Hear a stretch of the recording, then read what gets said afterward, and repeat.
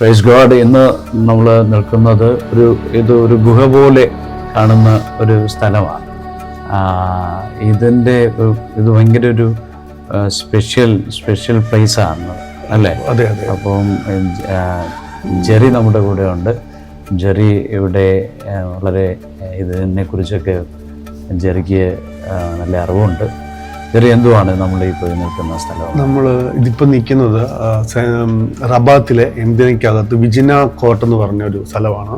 ഇവിടെ നമുക്ക് കാണാൻ കഴിയുന്നത് കാറ്റക്കോംസ്, അതായത് പഴയ കാലത്ത് ആൾക്കാർ മരിച്ച് അടക്കുന്ന ഒരു ഏരിയ. സ്പെഷ്യലായിട്ട് ആൾക്കാരെ ഇവിടെ മണ്ണിൽ അടക്കുന്നതായിട്ടുള്ള സ്ഥലം. അതുപോലെ തന്നെ വേൾഡ് വാർ സെക്കൻഡിലെ ഷെൽട്ടറാണ് ഈ കാണുന്ന ഒരു ഏരിയ. അല്ല, ഇത് ഒത്തിരി വൈഡ് ഏരിയ ആയിട്ട് ഇവിടെ മൊത്തം നമുക്കുണ്ട്.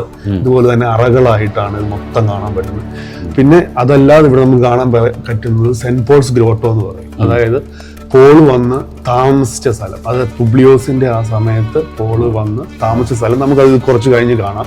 അതേപോലെ അവർ മെയിൻറ്റെയിൻ ചെയ്തിട്ടുണ്ട്, അത് അവർ പ്രിസർവ് ആക്കി വെച്ചിട്ടുണ്ട്. അപ്പൊ ആ ഒരു ഏരിയ ആണ് ഇത് കംപ്ലീറ്റ്. അതിന്റെ മ്യൂസിയവും ഏൻഷ്യന്റ് ആയിട്ടുള്ള കുറച്ച് മ്യൂസിയം കാര്യങ്ങളും ഒക്കെ നമുക്ക് അപ്പുറത്ത് കാണാൻ പറ്റും. നമ്മുടെ പ്രീസ്റ്റിന്റെ ഓരോരോ ഡ്രസ്സസിനെ പറ്റി അറിയാൻ പറ്റും. പഴയ കാലത്തുള്ള ഓരോരോ കാര്യങ്ങൾ നമുക്ക് ഇതിനകത്ത് തന്നെ ഈ മ്യൂസിയത്തിൽ കാണാൻ പറ്റും. ഓക്കെ. അപ്പൊ ഇത് ആൾക്കാരുടെ അടക്കിയിരിക്കുന്ന സ്ഥലമാണ്. അതെ അതെ, തീർച്ചയായും നമുക്കറിയാം. ഇതുപോലെ ഒത്തിരി കല്ലിൽ ഇങ്ങനെ കട്ട് ചെയ്ത് അല്ലേ? ഇതിപ്പോ രണ്ടുപേരെ അടക്കിക്കാൻ നമുക്കറിയാം. ഇത് എനിക്ക് തോന്നുന്നു തല വെക്കുന്ന. ഓക്കെ. അപ്പൊ നമ്മുടെ കാറ്റക്കോംസിനെ സംബന്ധിച്ച് റിലീജിയസ് ഒത്തിരി എക്സ്പ്ലനേഷൻ അതിനകത്തുണ്ട്. കാറ്റക്കോംസ് ഇപ്പോൾ റോമിലേക്ക് നമ്മൾ ചെല്ലുമ്പോൾ അവിടെ കാണുന്ന ഏകദേശം 3-4 ഫ്ലോറുകൾ, ഇപ്പോൾ ഇതുപോലെ 4 ഫ്ലോറുകളിലായിട്ട് ഏകദേശം 5 ലക്ഷം പേര് 27ഓളം കിലോമീറ്റർ ചുറ്റളവിലാണ് ഈ കാറ്റക്കോംസ്. കാറ്റക്കോംസ് ഈ 1st സെഞ്ചുറി കാലഘട്ടങ്ങളിൽ മുതൽ 4th സെഞ്ചുറി വരെ ക്രിസ്ത്യൻ റിലീജിയൻ എന്ന് പറയുന്നത് ഒരു ഹിഡൻ റിലീജിയൻ അല്ലെങ്കിൽ ബാൻഡ് റിലീജിയനാണ്. അതവിടെ പ്രസംഗിക്കാൻ പാടില്ല, അവരുടെ വിശ്വാസം പ്രാക്ടീസ് ചെയ്യാൻ പാടില്ല, അങ്ങനെ ഇവർ ക്രിസ്ത്യാനിറ്റി ഒന്നും പറയാൻ പാടില്ല. അപ്പോൾ അവരെ സംബന്ധിച്ച് അവർ താമസിക്കാനായിട്ട് ഉണ്ടാക്കിയ എന്ന് വെച്ചാൽ ഒളിച്ച് താമസിക്കാനും ഉണ്ടാക്കിയിരുന്ന സ്ഥലങ്ങളാണ് അങ്ങനെയുള്ള. അപ്പോൾ ഇതിവിടെ ഒരു കാറ്റക്കോംസ് ഉണ്ടെന്ന് പറഞ്ഞാൽ ഇവിടെ ഉണ്ടായിരുന്ന അന്നത്തെ 1st century Christians, 4th century വരെയുള്ള ക്രിസ്ത്യൻസ് താമസിച്ചു.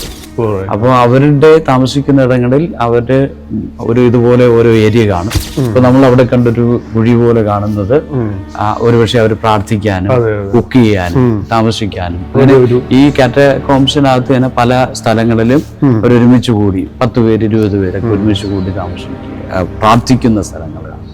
ഒരുപക്ഷെ അവിടെ താമസിക്കുന്നതാണ്. അപ്പോൾ റോമിലേക്കുള്ള കാറ്റക്കോംസ് എന്ന് പറഞ്ഞു കഴിഞ്ഞാൽ നമ്മൾ ചെല്ലുമ്പോൾ അസ്ഥികൂടങ്ങൾ തന്നെ കാണാം. ഇപ്പൊ ഇതിനകത്ത് കട്ട് ചെയ്ത് അതിനകത്ത് അവിടുന്ന് അന്ന് ഗൈഡ് പറഞ്ഞെന്ന് പറഞ്ഞാൽ ചില കുഞ്ഞു കുട്ടികളുടെ വരെ ചില സ്കെൽറ്റനിൽ തലയില്ല, കൈയില്ല. അപ്പോൾ പെർസിക്യൂഷനാണ്. അപ്പോൾ ഇവർ പിടിച്ചുകൊണ്ട് പോയി കൊല്ലുക. അപ്പോൾ അന്നത്തെ റോമൻ കൊലോസിയത്തിലൊക്കെ പ്രോഗ്രാം നടക്കുമ്പോൾ ഇതിനകത്ത് ഇറങ്ങി റോമൻകാർ ഇവരെ പിടിച്ചുകൊണ്ട് പോയാണ് പന്തങ്ങളാക്കിയും ഒക്കെ കൊല്ലുന്നത്.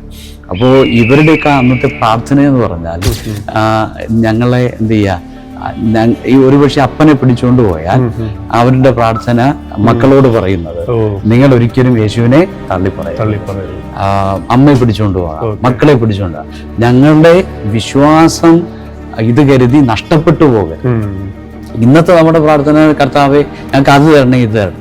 അന്നത്തെ അവരുടെ പ്രാർത്ഥന എന്ന് പറയുന്നത് ഞങ്ങൾ ഈ പ്രതികൂലത്തിൽ ഞങ്ങൾ യേശുവിനെ തള്ളിപ്പറയാൻ ഇടവരരുത്, അതിന് സഹായിക്കണമെന്നുള്ള പ്രാർത്ഥന. അപ്പോൾ ഇതുപോലെ തന്നെ കാറ്റക്കോംസിനകത്ത് നിൽക്കുമ്പോൾ ക്രിസ്ത്യാനിറ്റികളായ നമ്മൾ മനസ്സിലാക്കേണ്ടത് ഇവർ കൊടുത്ത വിലയുടെ പ്രതിഫലമാണ് ഇന്ന് നമ്മൾ അനുഭവിക്കുന്ന സകല നന്മകളും സ്വാതന്ത്ര്യവും. അപ്പോൾ ഞാൻ റോമിൽ ചെല്ലുന്ന സമയത്ത് എന്നെ അത്ഭുതപ്പെടുത്തിയത് 27 കിലോമീറ്റർ ചുറ്റളവിൽ കിടക്കുന്ന കാറ്റക്കോംസിന് ഏകദേശം 2-3 കിലോമീറ്റർ മാറിയാണ് ഇന്നത്തെ പ്രൗഢഗംഭീര പോപ്പിരിക്കുന്ന Saint Peter's Church, Saint Paul Church. അപ്പോൾ ഇന്ന് നമ്മൾ മുകളിൽ കാണുന്നത് ഈ പ്രൗഢഗംഭീരമായ ക്രിസ്ത്യാനിറ്റി. പക്ഷെ നമ്മൾ അടിയിൽ കാണുന്ന ഇതുപോലെ അടിയിൽ ഇറങ്ങുമ്പോഴാണ് ഈ രക്തത്തിന്റെ മേളിലാണ് ഇന്നത്തെ നമ്മുടെ ക്രിസ്ത്യാനിറ്റി നിലനിൽക്കുന്നത്. അവർ കൊടുത്ത വർഷങ്ങൾ 4th സെഞ്ചുറി വരെ അവർ കൊടുത്ത വിലയാണ് മനസ്സിലാവുന്നുണ്ടോ. അപ്പൊ ഇങ്ങനെ ഹിഡനായിട്ട് താമസിച്ചിട്ടും അവരുടെ ഭൗതിക നന്മയല്ല പറയുന്നത്, അവരുടെ വിശ്വാസം നഷ്ടപ്പെട്ടു പോകാതെ പ്രാർത്ഥിച്ചതിന്റെ, അവർ അനുഭവിച്ച രക്തസാക്ഷിത്വത്തിന്റെ, ഒരുപക്ഷെ ആ കുഞ്ഞുങ്ങളുടെ തലയില്ലാത്ത സ്കെൽറ്റൻ കാണുമ്പോൾ ഞാൻ പറഞ്ഞു ആ കുഞ്ഞ് വില കൊടുത്തതിൻ്റെയൊക്കെ ഫലമാണ് രാജകീയ മതമായിട്ട് ഇന്ന് ക്രിസ്ത്യാനിറ്റി മാറി. അല്ലെങ്കിൽ ഇന്ന് നമ്മൾ അനുഭവിച്ച സ്വാതന്ത്ര്യവും ഇന്ന് നമ്മൾ അനുഭവിക്കുന്ന നന്മകളുടെ എല്ലാം ഫൗണ്ടേഷനാണ് ഇത് കാറ്റക്കോംബ് എന്ന് പറയുന്നത്. ഇങ്ങനെ കാണുമ്പോൾ നമുക്ക് അറിയാം എത്രമാത്രം അവർ സ്ട്രഗിൾ ചെയ്തിട്ടുണ്ടോ. ഓരോ ഇവിടെ ശവകുടീരം അടക്കിയിരിക്കുക, ഇവിടെ അവര് താമസിക്കുക, ഇവിടെ അവര് കുക്ക് ചെയ്യുകയാണ്. ഇത് കണ്ടോണ്ടാ, ഇത് ഇത്രയേ ഉള്ളൂ ലിമിറ്റേഷൻ. ഒരു റൂമിനകത്ത് അല്ലെങ്കിൽ ഒരു ഗുഹയ്ക്കകത്ത് ഈ ലിമിറ്റേഷനകത്ത് ഇപ്പം ഒരാളിന്റെ മരിച്ച ശവകുടീരം ഇവിടെ കണ്ണി മുമ്പിൽ കിടക്കുക, അത് നോക്കുക, അത് ചീഞ്ഞ് നാറും. വേറെ ഒരു ഇതുവരെ പുറത്തടക്കില്ല, പുറത്തിറങ്ങാൻ പറ്റില്ല. ഇങ്ങനെ ഒരു സമൂഹം ഉണ്ടെന്ന് പോലും അറിയാതെയാണ് ജീവിക്കുന്നത്. അപ്പോൾ അത് നമ്മൾ ഇന്നത്തെ ക്രിസ്ത്യാനിറ്റി തിരിച്ചറിയേണ്ട ഒരു കാരണം നമ്മുടെ ഇവരുടെയൊക്കെ ഈ കാറ്റഗോംബിനകത്ത് നമുക്കത് വ്യക്തമായിട്ട് ഫീൽ ചെയ്യും. ഭയങ്കരമായിട്ട് നമുക്ക് ആ റോമിലൊക്കെ ചെല്ലുമ്പോൾ അതിന്റെ അസ്ഥികൂടങ്ങൾ നമുക്ക് കാണാം. കൈയില്ലാത്ത, കാലില്ലാത്ത, കണ്ണില്ലാത്ത, ആക്രമിക്കപ്പെട്ട സ്കെൽറ്റൻ. അപ്പോൾ നമ്മുടെ ക്രിസ്ത്യാനിറ്റിയുടെ ഇന്നത്തെ ഈ സൗഭാഗ്യങ്ങളുടെ എല്ലാം ഫൗണ്ടേഷൻ ഇതുപോലെയുള്ള പല സ്ഥലങ്ങളിൽ, പല രാജ്യങ്ങളിൽ ക്രിസ്ത്യാനിറ്റി ഹിഡനായി ഒളിച്ചും താമസിച്ചും അവരുടെ വിശ്വാസത്തെ കാത്തതിൻ്റെ, വിശ്വാസം നഷ്ടപ്പെടാതെ തള്ളിപ്പറയാതെ യേശുവിനെ വേണ്ടി നിലനിന്നതിൻ്റെ പ്രതിഫലമാണ്. അതുകൊണ്ട് നമ്മളത് ഓർക്കുക. ആ കർത്താവിനെ ഇനിയും വരാൻ പോകുന്ന പ്രതികൂലങ്ങളുടെ മധ്യത്തിൽ യേശുവിനെ തള്ളിപ്പറയാതെ അന്ത്യത്തോളം നിൽപ്പാൻ ദൈവം സഹായിക്കട്ടെ. Thank you so much.